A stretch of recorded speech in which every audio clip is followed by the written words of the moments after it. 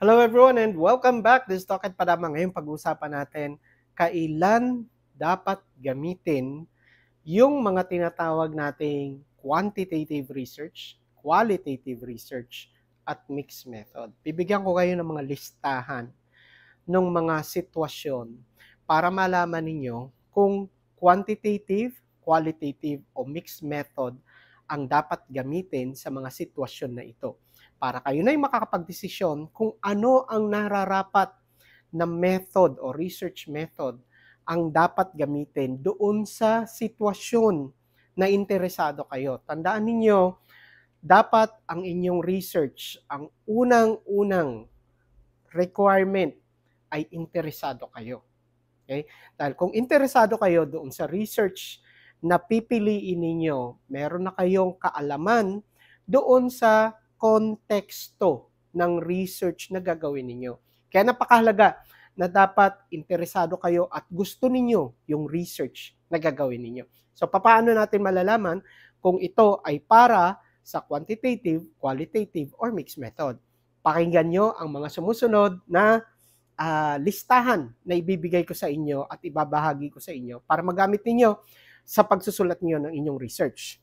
So, unang-una, quantitative research ang dapat yung gamitin kung ang mga sumusunod na ito ay pasok doon sa sitwasyon ninyo. Unang-una, you need to measure and quantify variables. Ibig sabihin, kailangan sukatin o meron kayong kailangang sukatin.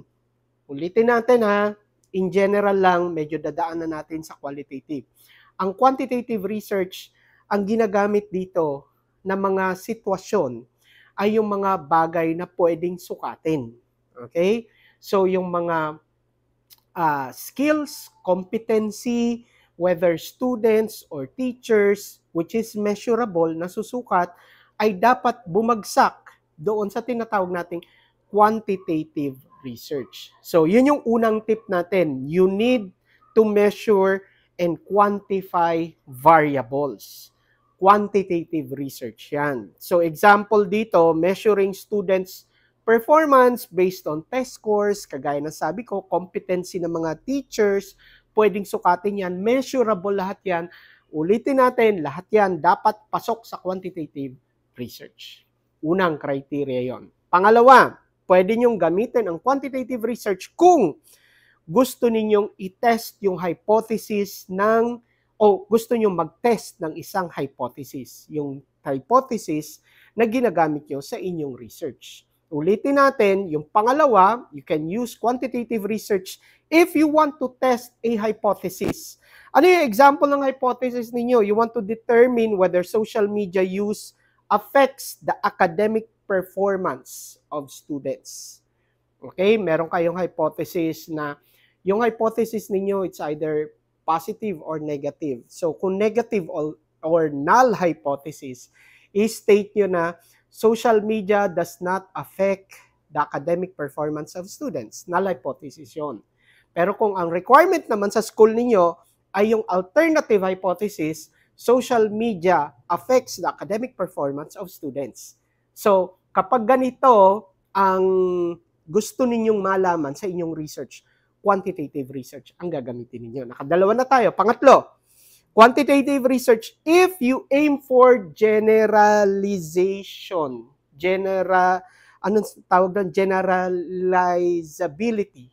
If you want to generalize. Halimbawa, may mga branches ng mga eskwelahan. Gusto ninyong malaman kung karamihan ba sa mga eskwelahan nito ay ganito ang ginagawa, yun yung generalization. Okay? Generalizability ng inyong research. Anong halimbawa nito? Example, conducting a survey on the study habits of university students across multiple campuses. Yun yung sinasabi ko. Halimbawa, may mga branches. Ano ba yung mga study habits ng mga estudyante across doon sa mga branches or even different universities?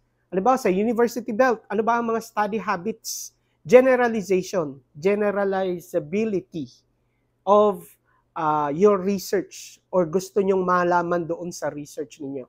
So ito yung sinasabi natin, you aim for the generalization of a particular focus or objective of your research. So papasok yan doon sa quantitative research. Okay. Next, quantitative research, if you require statistical analysis, dahil measurable siya, kailangan gumamit kayo ng statistical analysis, statistical formula. Okay? In order to specify and make your answers discrete and exact, kailangan nyo ng statistical formula. Again, if you're going to compare and contrast it with qualitative research, ang qualitative research hindi gumagamit ng statistical formula. Walang statistical analysis ang qualitative research. Okay?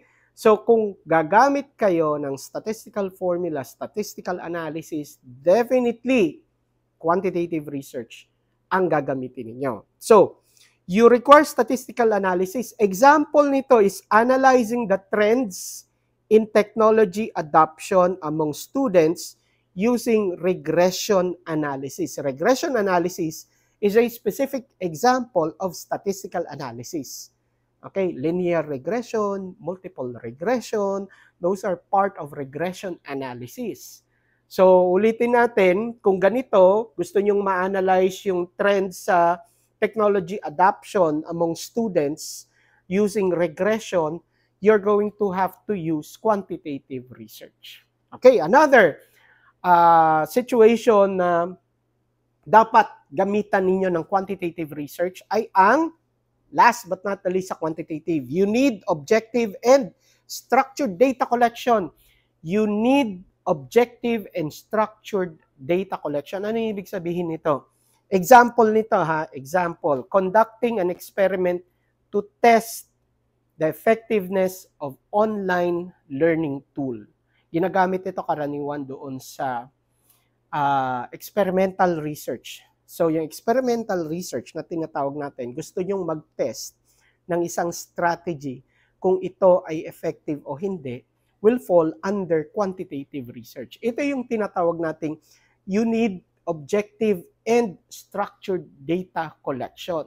So, ito yung magpapa-exam kayo, magpapa-pre-test, post-test kayo, and then you're going to compare and contrast kung mayroong mga natutunan o yung tinatawag nating learning gains doon sa dalawang test na ginawa ninyo. Yung isa, hindi gumamit ng strategy, yung isa gumamit ng strategy. Okay, these are the conditions na dapat ninyong i-observe and i-consider kapag gagamit kayo o dapat gamitan ng quantitative research. Doon naman tayo sa susunod, yung qualitative research. Kailan dapat gamitin ang qualitative research? Number 1, if you seek to understand deeper meanings and perspectives. Generally, kapag sinabi yung qualitative research, ang focus nito is more on experiences, perspectives of individuals or of your respondents. Kung ito man ay group, small group, o individual, ang focus ninyo palagi kapag qualitative will be the experiences of your respondents. So, hindi ito measurable. Okay? Unlike quantitative research. So, anong ibig sabihin ng una na binanggit natin? You seek to understand deeper meaning and perspective. Example nito, exploring students' perception, yung pananaw ng mga estudyante sa online learning. Is it effective or not? Nahihirapan sila o hindi? Perspective will be part of this. Yung number 1, seeking to understand deeper meaning and perspectives. Okay? So, kapag ganon, ang gusto ninyong gawin na research, it should fall under qualitative research. Number 2, qualitative research, if you are studying complex social or cultural phenomena. Ano yung phenomena? Ito yung mga bagay na biglang lumabas, biglang naging trend, biglang naging hype. Okay? And marami ang sumunod, gumaya, gumawa, kagaya ng mga yung mga hypes na kagaya ng nagkaroon tayo ng term na millennials. Ano ba yung mga millennials? Tapos nagkaroon ng mga trend sa fashion. ano ba yung nangyari, paano ito nagsimula, bakit nila ginagaya. So all of this is part ng studying complex social and cultural phenomena. Ayoko na magbanggit ng mga social trends. Alam nyo na yon, okay? And marami sila. So example nito, examining how technology affects classroom interaction. Social because this affects yung learning ng mga students natin inside the classroom. So ang gagawin nitong research na ito, kung ang research ninyo ay gusto nyong malaman, gusto nyong i-examine, gusto nyong i-observe yung kung papaano yung teknolohiya ay nakakaapekto sa interaction ng mga estudyante. Nawawala ba yung interaction? Nawawala ba yung socialization kapag ginagamitan ng technology? So again, this will fall under studying complex social or cultural phenomenon. Di ba? Dati wala namang cellphone. Dati wala naman mga ganitong applications. Ano na nagiging epekto nito sa loob ng classroom? Okay, pero dito, ang specific niya is yung interaction ng mga estudyante sa loob ng classroom. Okay. Pangatlo, qualitative research. If your research question is open-ended, kung ang research question ninyo ay open-ended, anong example nitong research question is open-ended sa qualitative research? Example ang question ninyo, how do students adapt to digital learning environments?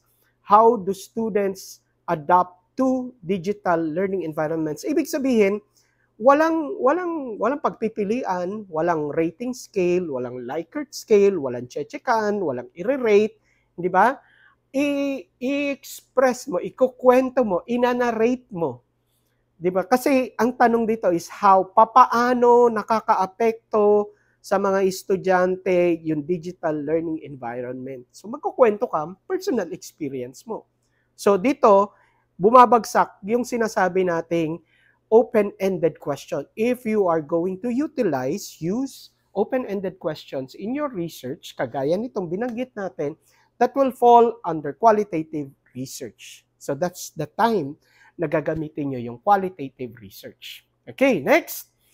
Qualitative research, again, if you need rich, descriptive data. Qualitative research, if you need rich, descriptive data. Okay? Pwede kayong gumawa ng list nito, yung mga binabanggit ko. Ano example nitong rich, descriptive data? Example, conducting in-depth interviews with teachers. Interviewin ninyo ng masinsinan yung mga guro tungkol sa kanilang experience sa paggamit ng educational applications. Yon yung isang halimbawa natin noong kailangan ma-enrich o rich yung data na makukuha natin. Ano-ano yung mga karanasan ng mga guro nung ginamit nila yung teknolohiya under educational applications. Hindi ito yung hardware, ito yung paggamit ng application mismo, yung software part ng technology. Ano-ano yung mga na-encounter nilang difficulties, ano-ano yung mga na-encounter nilang advantages, disadvantages, and so on and so forth, together with discussions and explanations. Kailangan may ipaliwanag o ipapaliwanag nyo sa kanila kung ano yung ibig sabihin ng mga sinasabi nilang sagot. Kung nahirapan man sila, nadalian sila, parang gumaan yung trabaho nila, parang nadagdagan ba yung trabaho nila. So dito papasok yung tinatawag nating enriching ng descriptive data. Okay. Last but not the least, under qualitative research. Qualitative research ang gagamitin ninyo if you want to explore new, mga bago, at yung mga paparating pa lang. New and emerging topics and technology. Okay? Anong example nito? Investigating the impact of artificial intelligence in education. Investigating the impact of AI in education. O ito, ibig sabihin, siguro meron na tayong AI, pero yung specific AI sa education, may mga lumalabas pa. Kung meron na kayong nagagamit o ginagamit, meron pang dumarating, meron pang innovation, meron pang modification na pwede nyo kagad imbestigahan. Unahan ninyo. Remember, yung research hindi dapat redundant. Hindi dapat duplication nung meron nang nagawa. As much as possible, Kung kaya niyong unahan, wala pang nagagawang research, the better. Because you need to add knowledge to what is already existing. Kapag meron na, wala nang purpose yung research kasi meron nang gumawa para makadagdag tayo ng panibagong hindi lang kaalaman, yung paraan para maging magaan yung paggawa ng mga bagay-bagay. Whether it's education or in the area of education or in the area of industry. Okay? So that's the last part under ng qualitative research. So kita ninyo, ang qualitative research is not really limited to experiences per se, but it can also be related to technology, experiences in using technology. Okay, so the last one, yung last part ng ating discussion will be the discussion on when to use both. Ano ba yung both? Quantitative, qualitative, or otherwise known as mixed method. O yung mixed method, kapag sinabing mixed method, yan yung combination ng binanggit natin, quantitative and qualitative. Kailan dapat gamitin ang mixed method? Number 1, meron lang tayong tatlo. Number 1, if you need both numerical data and in-depth insights. Napansin niyo yung discussion natin ng quantitative, qualitative. Quantitative is more data-based, data-driven, statistical analysis-based, and so on and so forth. Discrete, exact ang quantitative. While in qualitative is more on experiences. Kung kailangan nyo pareho, obviously, kaya nga siya mixed method, kung kailangan nyo both numerical data and in-depth insights, mixed method ang gagamitin niyo. So, meron research na kailangan ng Likert scale, magsasurvey kayo, and then on the next part ng instrument ninyo, meron kayong open-ended question, that's already a sign na ang ginagawa nyo ay mixed method o ang dapat nyo gamitin ay mixed method. Okay? Next. So example pala, noong sinabi natin kailangan ng both numerical and in-depth insight. Ano example nito? Kapag ang study ninyo is about the effectiveness of e-learning by combining students' performance data and students' interview. Okay? So, ulitin natin, studying the effectiveness of e-learning, pero ang gagamitin ninyo is yung students' performance, which is quantitative, and interview, which is qualitative. Mixed method yon. Okay, next. Number 2, second to the last, mixed method ang gagamitin nyo if you want to validate findings from one method with another method. Ulitin natin, mixed method ang gagamitin niyo if you want to validate findings from one method with another. Anong example nito? Using survey results. Yung resulta ng survey na kinonduct ninyo to identify trends and then conducting interviews to explain the reason behind them. So meron kayong ginather na data initially, survey. Di ba? Para ma-verify, ma-validate niyo yun, magkukonduct kayo ng interview. So, i-gather niyo yung data, yung initial data, yung survey, data sa survey, and then after that, meron kayong interview, which is a follow-up nung survey ninyo to validate kung ano yung nag-gather ninyo. So, that is what we mean by if you want to validate findings from one method to another method. Okay. The last one, if your research involves multiple perspectives, pananaw, hindi lang ng isa, kundi marami. Kung ang inyong research ay may kinalaman sa pananaw ng marami, multiple perspectives, then you have to use mixed method. Anong example na sinasabi ba natin na multiple perspectives? Example is studying teachers and students' attitudes towards digital textbooks by surveying or by using survey and focus group. Okay, ulitin natin. Ito yung sinasabi nating multiple perspective. Ang specific perspective nito ay teachers and students.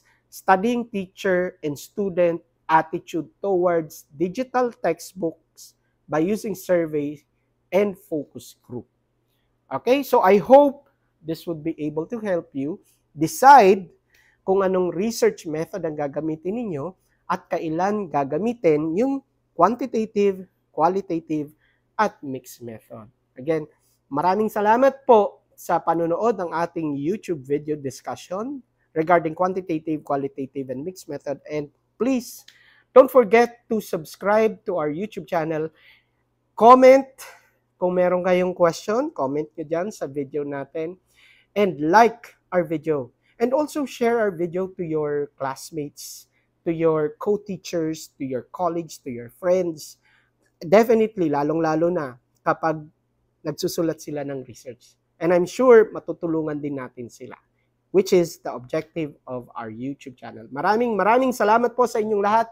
Thank you very much, everyone. And again, I'll see you on our next video. Bye!